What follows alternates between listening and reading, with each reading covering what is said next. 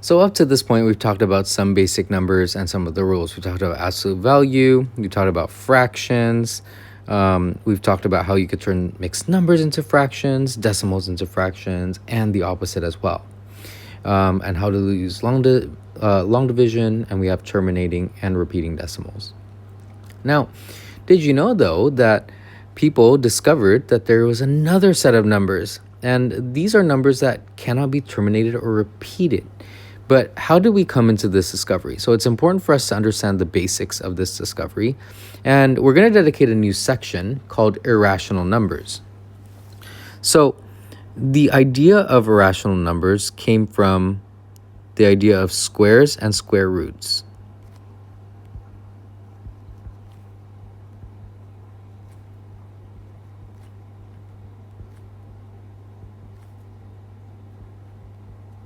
All right. So let's start with some basic fundamental.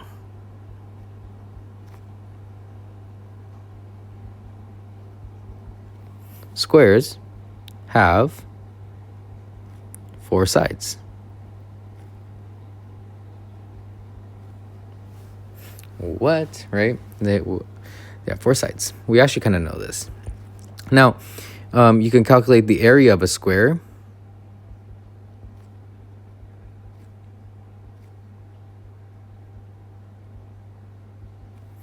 Is the base times the height, or the length times width, whatever you want it to be, right? It is base times height. Now, let's go with a simple square here, right? So for example, we have a square like this, and we know that each side has a length of, let's say, 2. Now, whatever units it is, doesn't quite matter at this point, but we know that each side of the square is 2.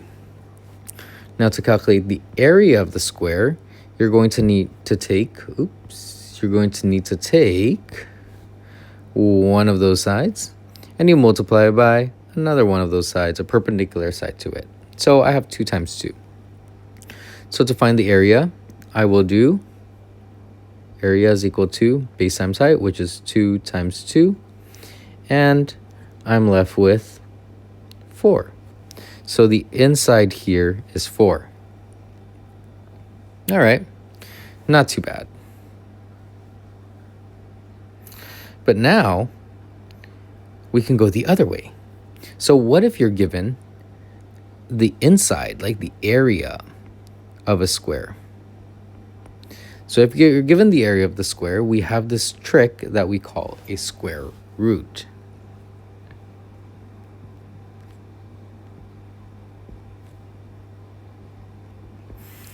And to clarify, a square root is when you're finding one side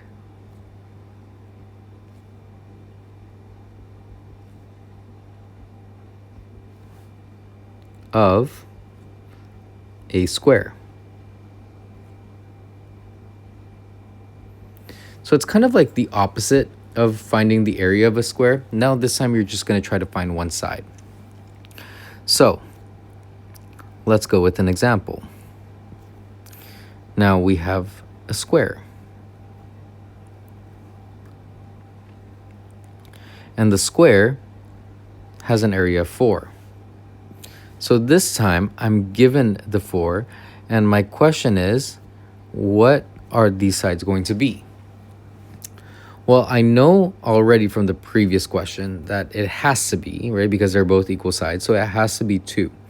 But let's rewrite it in a different way.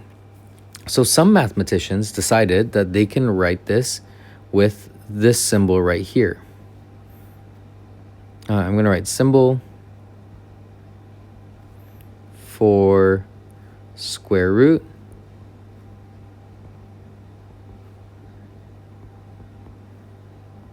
And it is that right there. All right. So when I'm writing down this square once again, I'm going to draw an arrow, and I'm going to say, hey, this is the same square, right?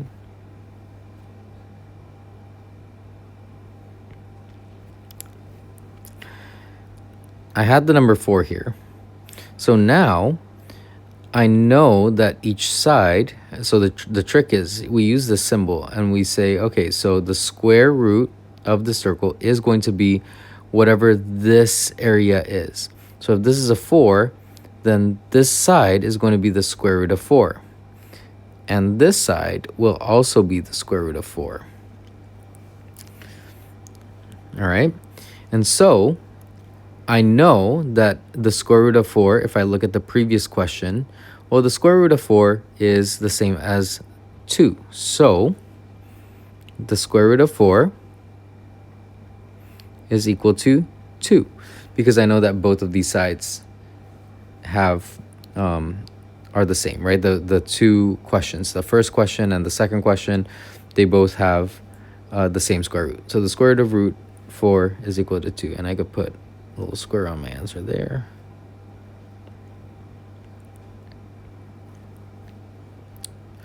Now, sometimes these numbers come out really nice, but occasionally you are going to get a difficult number.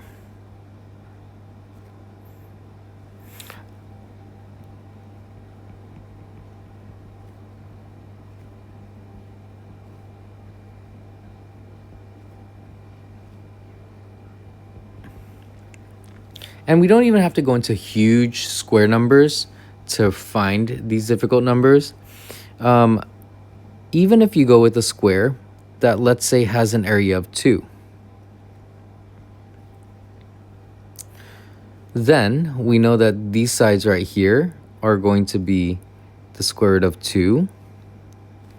But after some calculations, people found out that the square root of 2 is not an easy number to find. So the square root of 2 is not easy to find.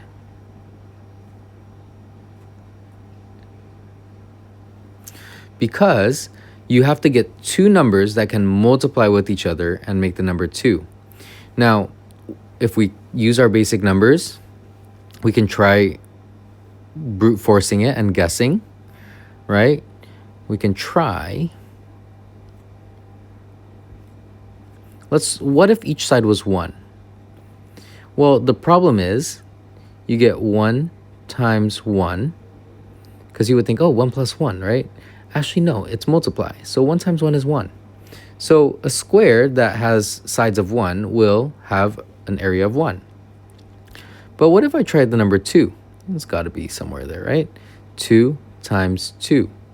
Uh-oh, the problem is you now get the number 4. So the square root of 2, like what would make something 2? And what people find out is actually these are numbers that are not super easy to discover. So let me give you an example. If I use a calculator, now this is me using a scientific calculator, something you would have. You see that there's this symbol right there, the one I just clicked there. That's a square root.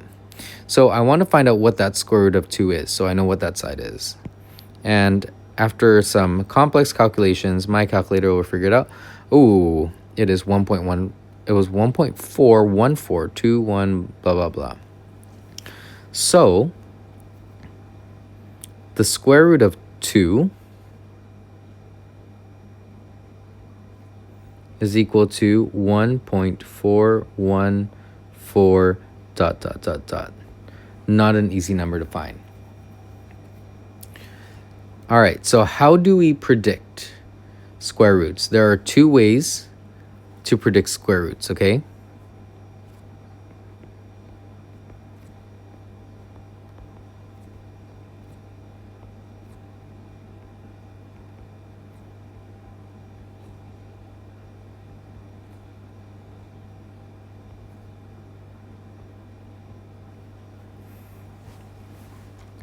So the first one is by finding a range.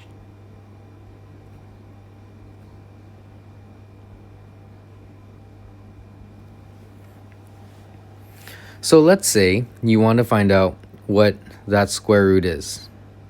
Square root of, square root of 2, let's say, right? So you want to see, well, what is a number smaller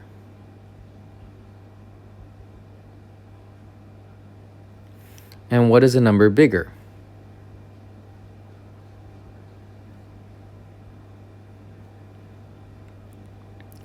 And to find the number that is smaller and bigger, it is a good idea to use squares.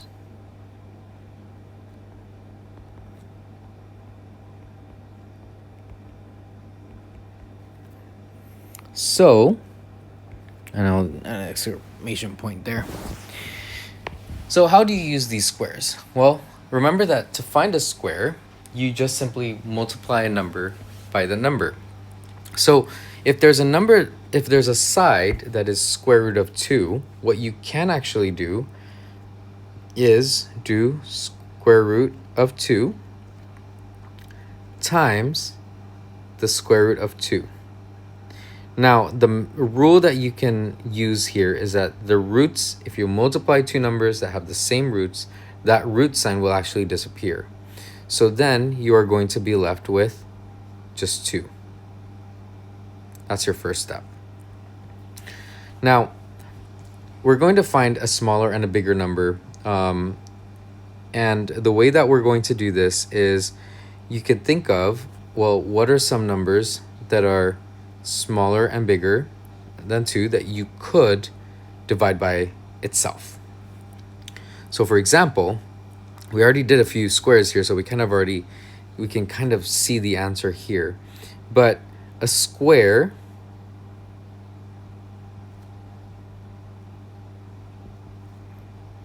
so if I was dealing with the squares, if there's a square that has a 2, the number 2, I know that a smaller number is a square that has an area of 1, and a bigger number is a square that has an area of 4.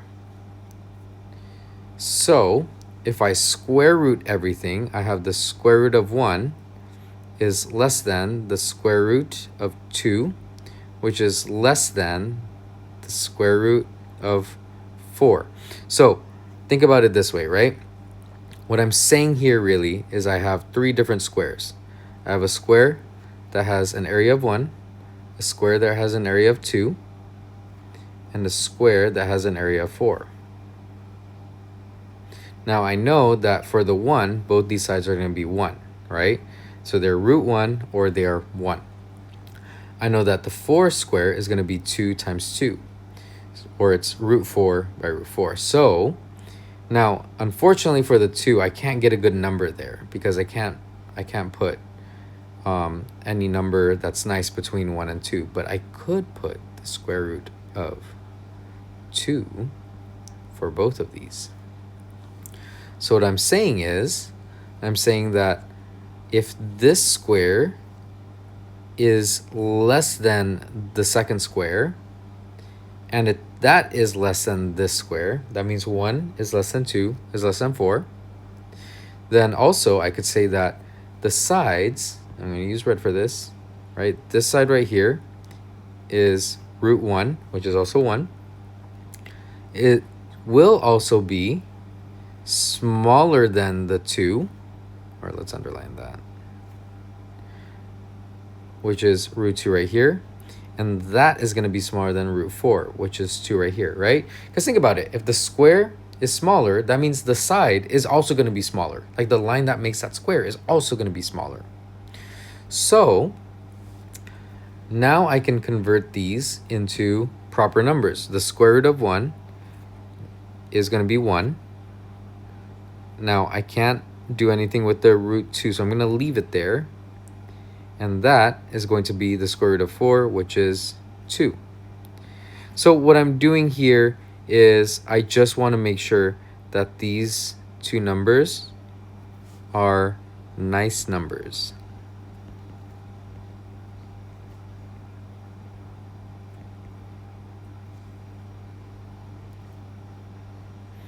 All right, so the trick to doing these is you have to, first of all, you have to know your square numbers. If you don't know your squares, you should know you should know 1 times 1, 2 times 2, 3 times 3, 4 times 4, 5 times 5, all the way up to 12. If you could know that, you're good to go. All right, you have to somewhat memorize that.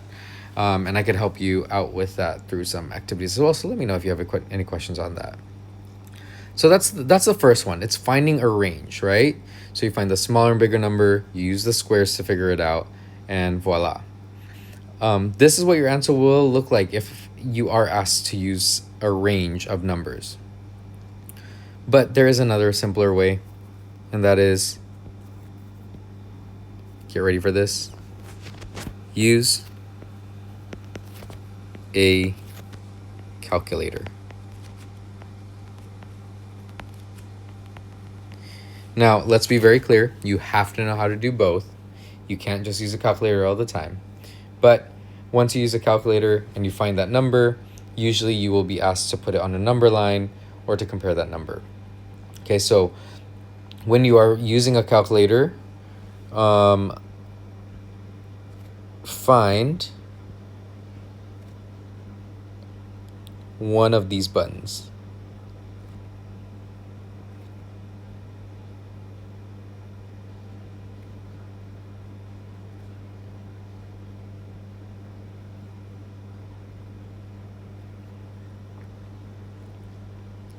I'm going to do a little square here. So you want to find this symbol that we've drawn, but sometimes in your calculator it might look a little bit different because you have a cube root as well. So we'll talk about that in the future. So it might be something that looks like this, which is a square root. And sometimes you'll have the letter X in there. So we're going to add that as well. If you can find that button, one of those buttons, then you'll be good to go. So if you are asked to use a calculator, please find one of those buttons. Generally, this is how you would find an irrational number. You could use the range, or you could use a calculator as well.